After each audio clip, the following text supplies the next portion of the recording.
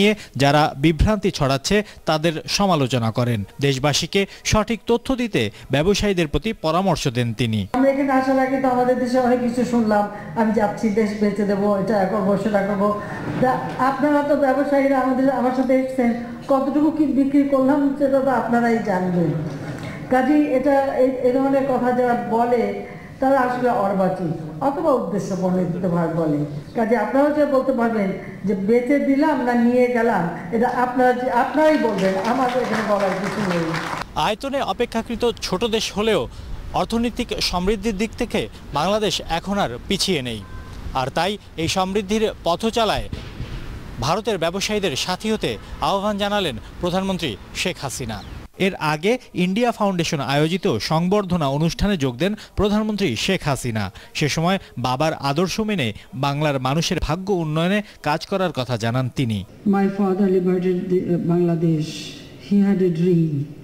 He wanted to establish Bangladesh as a poverty-free country.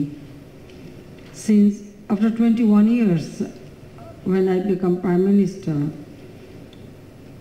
I took it as my duty. It is my duty to serve my people and ensure a better life, what my father wanted to do. And I am trying my best.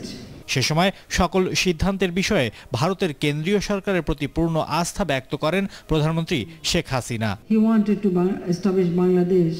Ruhul Amin Tuhin, RTV, New Delhi, Bharat. এদিকে 4 দিনের ভারত সফর শেষে দেশে ফিরেছেন প্রধানমন্ত্রী শেখ হাসিনা। সন্ধ্যা 6:50 বাংলাদেশ বিমানের একটি বিশেষ ফ্লাইটে হযরত শাহজালাল আন্তর্জাতিক বিমানবন্দরে নামেন তিনি। এদিকে 4 দিনের ভারত সফর নিয়ে বিস্তারিত তুলে ধরতে আগামীকাল মঙ্গলবার বিকেল 4:30টায় গণভবনে সংবাদ সম্মেলন করবেন প্রধানমন্ত্রী শেখ হাসিনা।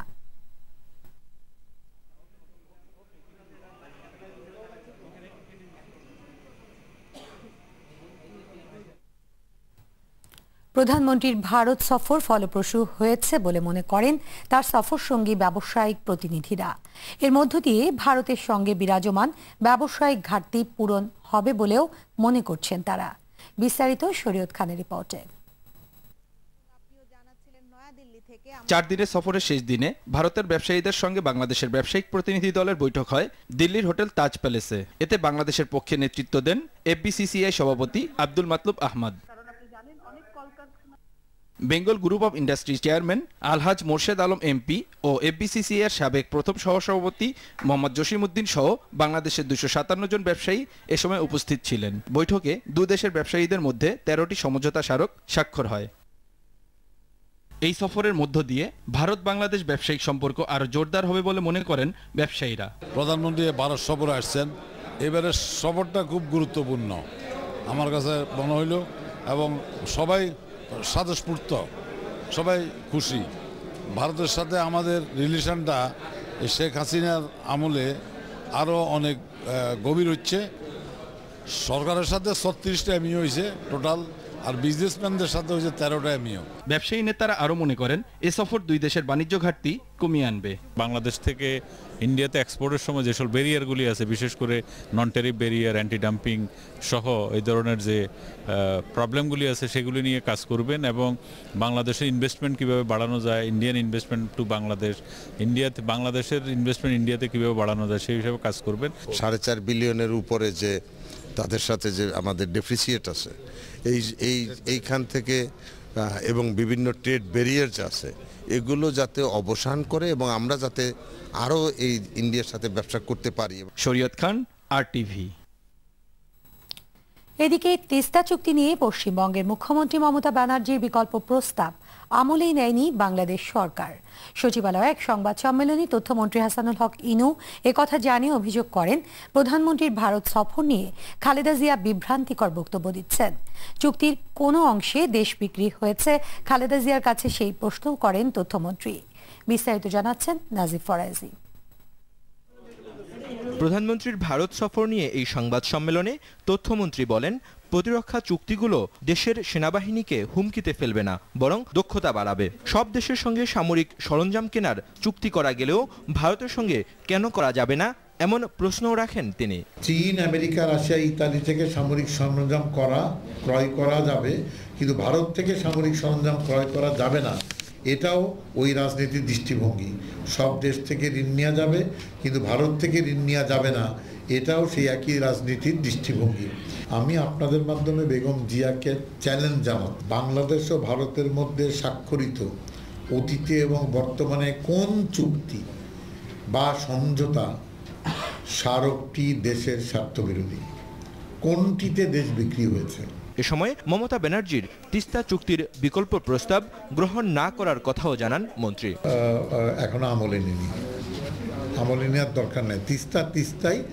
তিস্তার পানি বন্টন করার জন্য আরেকটা নদীর কোথায় কি হবে সেটা এখানে আলোচনায় অন্তর্ভুক্ত হতে পারে না। প্রধানমন্ত্রীর এবারের ভারত সফরে সই হওয়া ৩৬টি চুক্তি ও সমঝোতা স্মারকের মধ্যে ২২টির বিষয় সম্পর্কে জানালেও বাকি ১৪টি সম্পর্কে কিছুই জানাতে পারেননি তথ্যমন্ত্রী।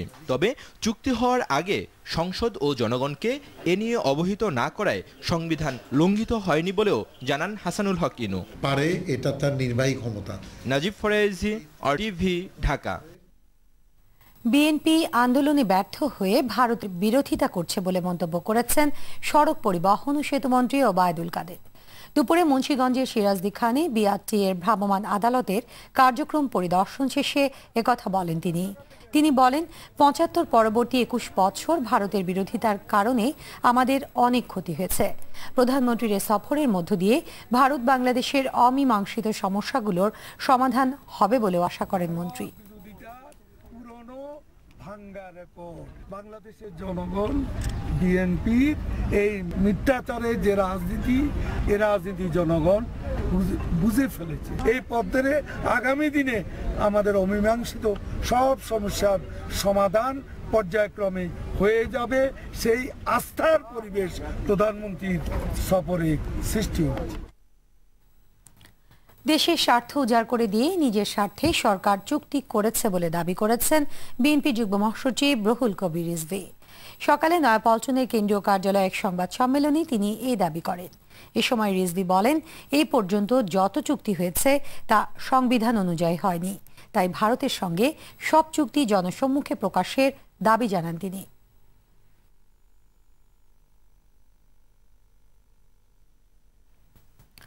বিএনপির স্থায়ী কমিটির জরুরি বৈঠক অনুষ্ঠিত হয়েছে।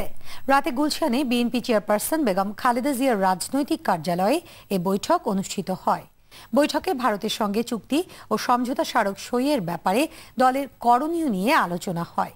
বিএনপি চেয়ারপারসন খালেদা জিয়ার সভাপতিত্বে দলের মহাসচিব মির্জা ফখরুল ইসলাম আলমগীর সহ স্থায়ী কমিটির সদস্যরা অংশ নেন।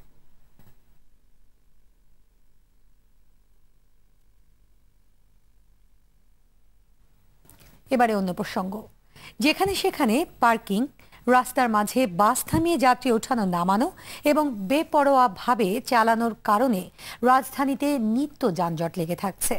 অনিয়মের এমন অসুস্থ প্রতিযোগিতায় জীবন মরণ খেলায় মেতে ওঠে চালকরা।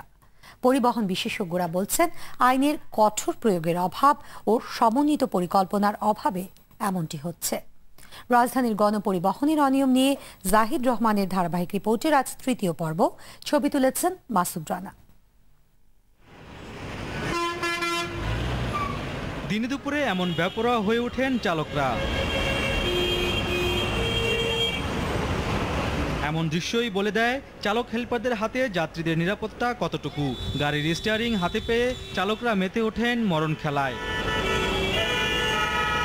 এলোপাথারি গাড়ি রেখে রাস্তার মোড়গুলোর মুখ বন্ধ করে যানজট সৃষ্টিতে বিন্দুমাত্র ভ্রুক্ষেপ নেই এসব চালকের। এরকমের নিয়ম, তাছাড়া তো আর কোনো নিয়ম নাই। নির্ধারিত কোনো জায়গা থাকা উচিত, অবশ্যই উচিত, নির্ধারিত একটা জায়গা উচিত এবং আছেও, কিন্তু আমরা সেটা ততটা করতে পারি না, অ্যাফোর্ড করতে পারি না। বাস স্টপেজে তো বটেই, রাস্তার যেখানে সেখানে গাড়ি রেখে দিব্যি দখল করে রাখা হয় রাজপথ। তারা আসলে নির্দিষ্ট একটা জায়গায় গাড়ি থামায় না, রাস্তার মাঝখানে তারা গাড়ি থামাচ্ছে, যাত্রী উঠাচ্ছে, আবার সার্জেন্ট রেখে তারা দৌড় মারছে। এটা এখন যাত্রী নামতে চায়, এখন তো তাদেরকে তো নামাই দিতেই হবে। এখানে সবাই ওঠানামা করা দেখে আমিও করছি। অনেকে বছরের পর বছর গাড়ি চালাচ্ছেন, নেই লাইসেন্স। বানাতে দিয়েছে 2 মাস হয়েছে, গাড়ি চালাই অনেকদিন ধরে। পরিবহন সংশ্লিষ্টরা বলছেন, দক্ষ জনবলের অভাবেই বিশৃঙ্খলা দিন দিন বেড়েই চলেছে। আমি বলতে পারি চালক বলতেই নাই, ঢাকা শহরে যেসব চালক আছে সেসব চালকেরা আমি মনে করি শতকরা 50-60% এটা বৈধ চালকটা। এটা কারণ কি? এটা কারণ হলো চালক তৈরি হচ্ছে না। যে বর্তমান সরকার দেশকে যেভাবে উন্নয়নের মহাসড়কে নিয়ে গেছে, যেভাবে দেশ এগিয়ে যাচ্ছে, এগুলো আস্তে আস্তে সব পরিবর্তন হবে। প্রশাসন যদি সিগন্যাল দেয়, সিগন্যাল দিয়ে ওইটাকে সাইড করতে করতে পিছনে একটা অবস্ট্রাগল তৈরি হয়। কেন সিগন্যাল দিলেন? ওই রোডে কি সিগন্যাল চলে কিনা? তো সব কিছুই আসলে এখানে সকলের সহযোগিতা লাগবে। আরেক সমস্যা ফিটনেসবিহীন গাড়ি। ঢাকা দক্ষিণ সিটি কর্পোরেশনও চায় না 20 বছরের পুরনো লক্কর-ঝক্কর গাড়ি চলুক রাজধানীতে। ওভারটেকিং করতে গিয়ে আপনার প্রায় দুর্ঘটনা ঘটে। আপনি বোঝার চেষ্টা করেন যে জিনিসটা কেন হয়। তার অর্থ হচ্ছে পরিবহনের তুলনায় যাত্রীর সংখ্যা অধিক। মালিকদের সাথে তো আপনার একাধিকবার কথা হয়, আসলে আলটিমেটলি মিটিং হয়, মিটিংয়ের মধ্যে অনেক আলোচনা হয়, কিন্তু কয়েকদিন যেতে না যেতে সেই পুরনো চিত্র কিন্তু বারবার ফিরে আসে। বিশেষজ্ঞদের মতে স্থায়ী ব্যবস্থা না নিলে কখনোই বন্ধ করা সম্ভব হবে না এমন অনিয়ম। ভাঙ্গা গাড়ি ঢাকা শহরে চলতেছে, তার ফিটনেস সার্টিফিকেট কই থেকে আসলো? আরে ভাঙ্গা গাড়ি দেখার সাথে সাথে তো সার্জেন্টকে ওটা নিয়ে আটকায় ফেলানো উচিত। তা আমরা প্রায়ই দেখি আমাদের সার্জেন্টরা কি করেন, গাড়ি দেখেন না, গাড়ির কাগজ দেখেন। তো গাড়ির 4 চাকা আছে না 3 চাকা আছে এটা তো ওনার কোনো আসে যায় না, উনি কাগজ দেখেন। গাড়ি চালানোর প্রস্তুতি নিয়ে কিন্তু নামতেছে না। কিন্তু গাড়ি চালানোর প্রস্তুতি হলো যে নিজে বাঁচবো, অন্যকে বাঁচাবো, নিয়ম মানবো, ট্রাফিক রুলস মানবো, যাত্রীকে আমরা মানে তার গন্তব্যে নিরাপদে পৌঁছে দেব। এটা হলো গাড়ি চালানোর প্রস্তুতি। কিন্তু তারা যে প্রস্তুতি নিয়ে নামতেছে রীতিমতো যুদ্ধের একটা প্রস্তুতি নিয়ে, যে রাস্তায় গিয়ে তাদেরকে প্রতিযোগিতা করার জন্য উৎসাহিত করে যে ওই বেটা ও ওমকে 2-3টা ট্রিপ মারছে, তুই 2টা মারলি কেন? তো এরকম, যার জন্য আপনার কিছু কিছু মালিকও আছে আবার এটা গাড়িটাকেই ভাড়া দিয়ে দেয় চালকের কাছে। আর Bangladesh road transport authority BRT এর চেয়ারম্যানের অজুহাত জনবল সংকট। হলো যে বাসে বাসে ঘর্ষণটা, যে যখন আমরা অ্যাঙ্গেল খুলে ফেলার যে নির্দেশনা দিয়েছি, অ্যাঙ্গেল যদি না থাকে তাহলে কেউ কারো বাসে আর ঘষা লাগাতে পারবে বলে আমাদের মনে না করে। এই ব্যাপারে আমাদের ম্যাজিস্ট্রেটদের কোর্টগুলোকে আরও কঠোর করে দিয়েছি এবং প্রত্যেকটা পয়েন্টে পয়েন্টে যারা রাত্রি তো থাকে না সাধারণত, দিনের বেলা আমরা যেখানে যা আছে সবগুলোই আমরা মোটামুটি তদারকির আওতায় এনেছি আর কি। জনবল সংকট দূর করার পাশাপাশি দণ্ড বাড়িয়ে আইন সংশোধনেরও কাজ চলছে জানালো বিআরটিএ কর্তৃপক্ষ। জাহিদ রহমান, আরটিভি, ঢাকা। আদালতের নির্দেশনা অনুযায়ী 15 দিনের মধ্যে সাভারের চামড়া শিল্প নগরীতে বিদ্যুৎ, পানি ও গ্যাস সংযোগ দেওয়ার দাবি জানালেন চামড়া শিল্প মালিকরা। দুপুরে রাজধানীর হাজারীবাগ ট্যানারি মোড়ে মালিক শ্রমিকদের মহাসমাবেশে ঘোষণা দিয়ে তারা দাবি মানা না হলে উৎপাদন বন্ধের হুঁশিয়ারি দেন। ট্যানারি মালিকরা বলেন চামড়া শিল্প রক্ষায় কর্মসূচি দেবেন তারা। ফারুক খানের রিপোর্ট। শিল্প বাঁচাও, শ্রমিক বাঁচাও, দেশ বাঁচাও স্লোগান নিয়ে মহাসমাবেশের ডাক দেয় চামড়া শিল্প রক্ষা ঐক্য পরিষদ। এতে দাবি করা হয় সাভারের চামড়া শিল্পনগরীকে পুরোপুরি প্রস্তুত না করেই তাদের সেখানে যেতে বাধ্য করা হচ্ছে। এর পেছনে বিশেষ মহলের ষড়যন্ত্র আছে বলে অভিযোগ করেন কারখানা মালিকরা। প্রোডাক্ট এবং লেদার কিন্তু এক্সপোর্ট বন্ধ হয়ে গেল, এটা কি পরিবেশ রক্ষা না শিল্প ধ্বংস করার পায়তারা? এ কারণেই বলি আমরা ষড়যন্ত্র হচ্ছে এই শিল্পের ব্যাপারে।